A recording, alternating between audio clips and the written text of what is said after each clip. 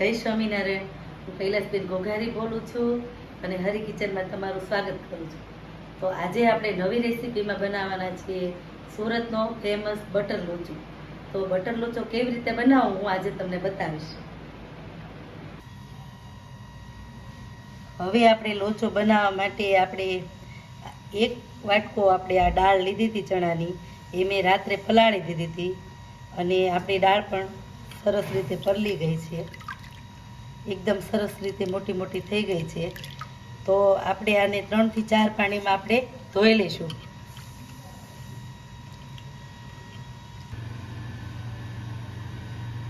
હવે આપણે દાળને 3 થી 4 પાણીમાં સરસ રીતે ધોઈ લીધી છે. તો આપણે મિક્સર જારમાં ક્રશ કરી લઈશું. દાળ મિક્સ કરી દઈશું.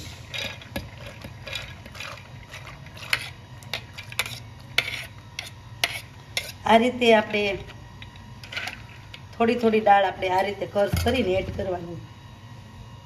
થોડુંક પાણી એડ કરીશું. હવે આપણે દાળને ક્રશ કરી લઈશું. હવે આપણે દાળ સરસ રીતે ક્રશ કરી લીધી છે, તમે જોઈ શકો છો. આ રીતે એકદમ ઝીણી આ રીતે જ ક્રશ કરવાની છે, આપણે જાડી બહુ નથી રાખવાની એમ. હવે આપણે વાસણમાં લઈ લઈશું.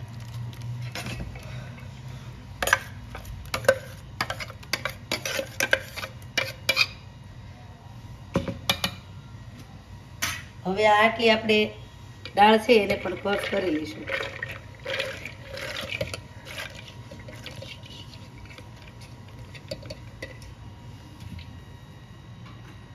હવે આપણે અડધો ગ્લાસ એડ કર્યું હતું પાણી, તો અડધો ગ્લાસ વધ્યું એ પણ એડ કરી દઈશું. આપણે હંમેશા એક જ ગ્લાસ એટલી દાળમાં આપણે એડ કરવાનું છે, પછી આપણે ઉપરથી બિલકુલ પાણી એડ નથી કરવાનું. આને પણ ક્રશ કરી લઈશું. હવે આપણે સરસ રીતે દાળને ક્રશ કરી લીધી છે અને મેં ફક્ત દાળ ક્રશ કરવામાં એક જ ગ્લાસ પાણી એડ કર્યું છે. હવે ઉપરથી આપણે બિલકુલ એડ નથી કરવાનું પાણી.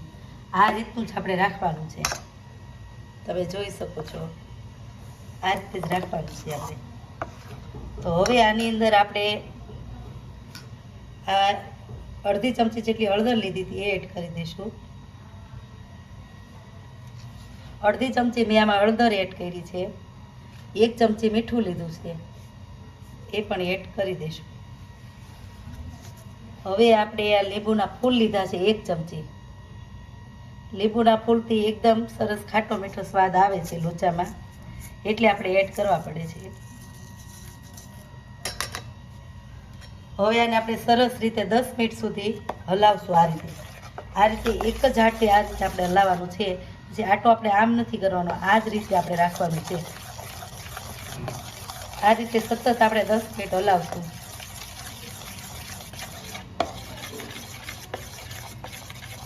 હવે આપણે 10 મિનિટ સતત આપણે આ ખીરાને હલાવ્યું છે. હવે આપણે આને 4 કલાક સુધી આપણે આને ઢાંકી અને મૂકી દઈશું, જ્યાં સુધી હાથો ન આવે ત્યાં સુધી. પછી હાથો આવી જાય પછી આપણે બધા મસાલાને આપણે આ એડ કરી દઈશું ખીરામાં. હવે આપણે 4 કલાક સુધી રહેવા દઈશું. 4 કલાક થઈ જાય પછી આપણે બધા મસાલા એડ કરી દઈશું. તો આપણે જે આ ખીરું રાખ્યું હતું આપણે લોચાનું, 4 કલાક થઈ ગયા છે, તો આપણે જોઈ લઈશું ખોલીને.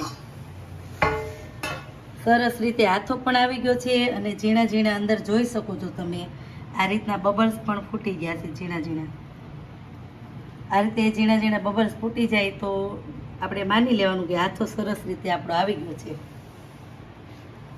તો હવે આપણે આ ખીરામાં નાખવા માટે આપણે જે કંઈ મસાલા લીધા છે, આપણે 1 આદુનો ટુકડો લીધો છે, એ સરસ રીતે આપણે ખમણી લીધો છે. 1 ચમચી આપણે લીલી મરચી લીધી છે, સરસ રીતે ક્રશ કરીને આપણે લીધી છે લીલી મરચી.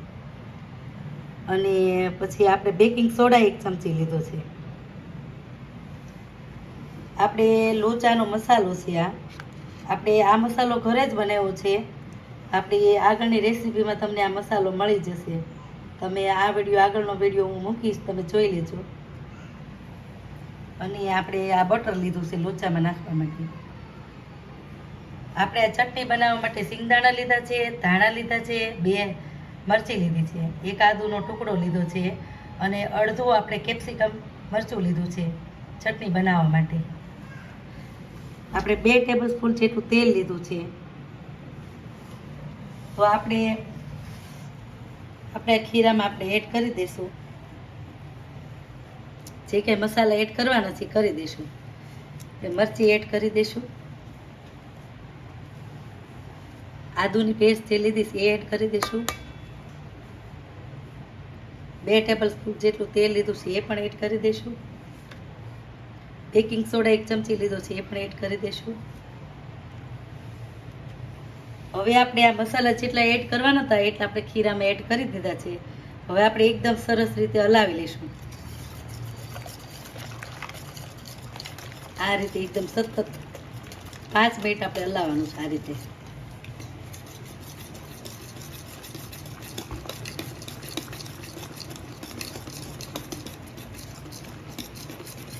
આ રીતે એકદમ આપણું ખીરું ફૂલવું જોઈએ ત્યાં સુધી આપણે હલાવવાનું છે.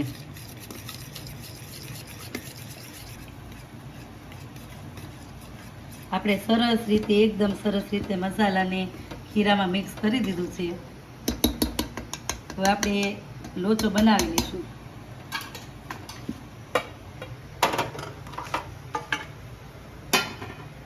હવે આપણે 2 ડીશ લીધી છે એમાં આપણે થોડું થોડું તેલ એડ કરી અને પેલા લગાવી લઈશું.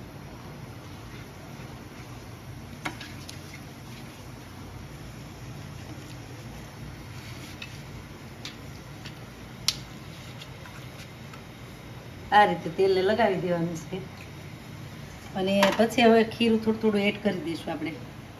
આ રીતે બસ આટલું જ એડ કરવાનું છે.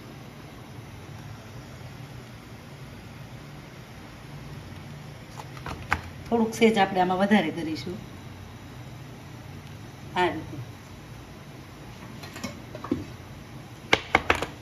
રીતે આમાં પાથરી દેવાનું. આ રીતે એક સરખું આમ થઈ જાય એમ.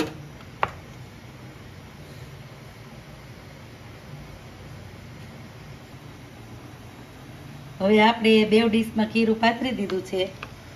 તો આપણે ગેસની ફ્લેમ ઉપર ઢોકળિયું મૂકી દીધું છે. એમાં આપણે ડીશ મૂકી દઈશું.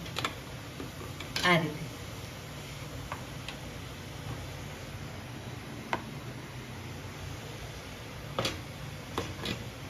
રીતે એકદમ ધીમેથી મૂકી દેવાનું. હવે આપણે ઢોકળી અને ઢાંકણને બંધ કરી દઈશું. હવે આપણે લોચો ચડતા વધારે વાર નથી લાગતી. 15 થી 20 મિનિટ જ થાય છે લોચો ચડવામાં. આપણે એટલે 15 થી 20 મિનિટ થઈ જાય પછી આપણે જોઈ લઈશું. હવે આપણે લોચો ચડે ત્યાં સુધી આપણે ચટણી બનાવી લઈશું. ત્યાં સુધીમાં હવે આપણે જાર લીધી છે મિક્સર જાર, એમાં આપણે કરી લઈશું.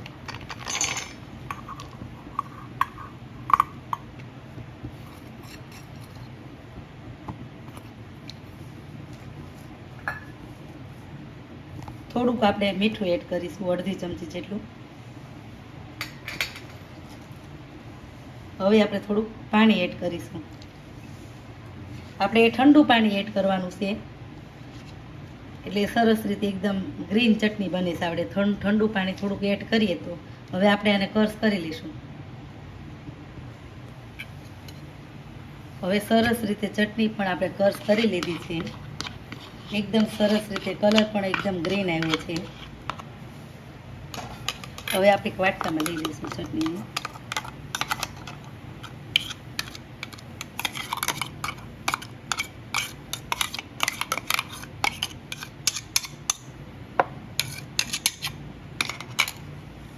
હવે આને થોડીક વાર સાઈડ ઉપર મૂકી દઈશું. હવે આપણે જે આ બટર લીધું છે અમૂલનું, એની આપણે થોડુંક આ રીતે ભાગ પાડી અને ગરમ કરી લઈશું. આ રીતે એક વાટકામાં લઈ લઈશું.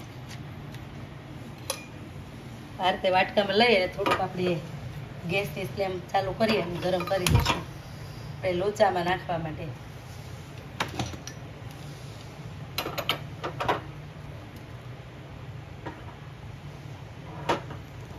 થોડુંક આપણે ગરમ થવા દઈશું આ રીતે.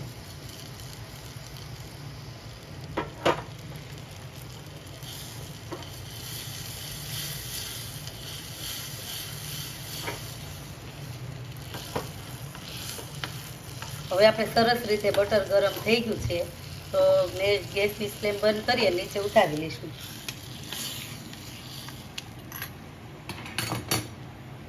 હવે આપણે 15 થી 20 મિનિટ થઈ ગયું છે આપણે લોચાને હવે આપણે જોઈ લઈશું.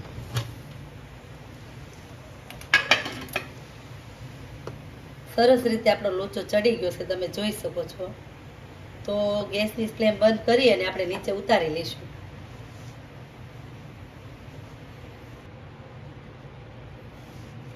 હવે આપણે લોચાની ઢોકળી નીચે ઉતારી લીધું છે તો હવે આપણે એક પ્લેટમાં લઈ લઈશું. જ્યારે આપણે લોચો ખાવો હોય ત્યારે જ આપણે ગરમ ગરમ ઉતારવાનો એમ. હવે આપણે આ જે ડીશ છે એને આપણે ઢાંકી દઈશું. આ રીતે સાઈડ ઉપર મૂકી દઈશું.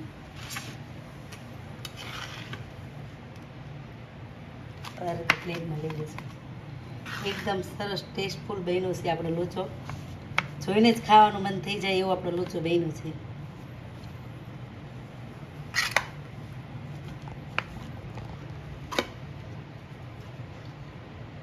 હવે આપણે ડીશમાં લઈ લીધો છે અને હવે આપણે ઉપરથી જે આ બટર ગરમ કર્યું છે એડ કરી દઈશું.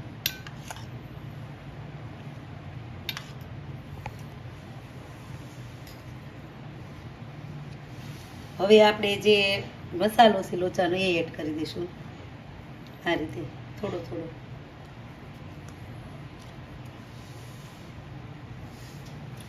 હવે આપણે ઉપરથી સેવ એડ કરીશું.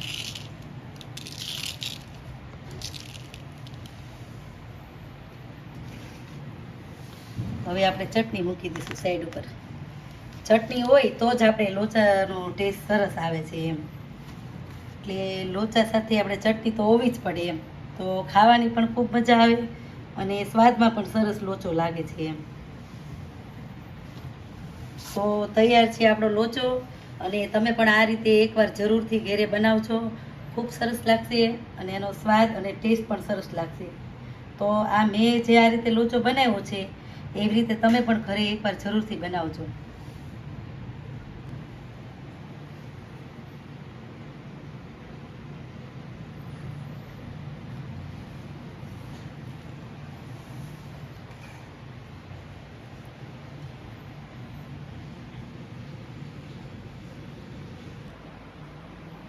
તો તૈયાર છે આપણો બટર લોચો. જો તમને મારી આ રેસીપી પસંદ આવી હોય તો એને લાઈક કરજો, શેર કરજો અને મારી ચેનલને સબસ્ક્રાઈબ કરજો અને બેલ આઇકન દબાવવાનું ભૂલશો નહીં. અને કમેન્ટ કરી જરૂર કહેજો કે મારા બટર લોચાની રેસીપી તમને કેવી લાગી. જય સ્વામિનારાયણ.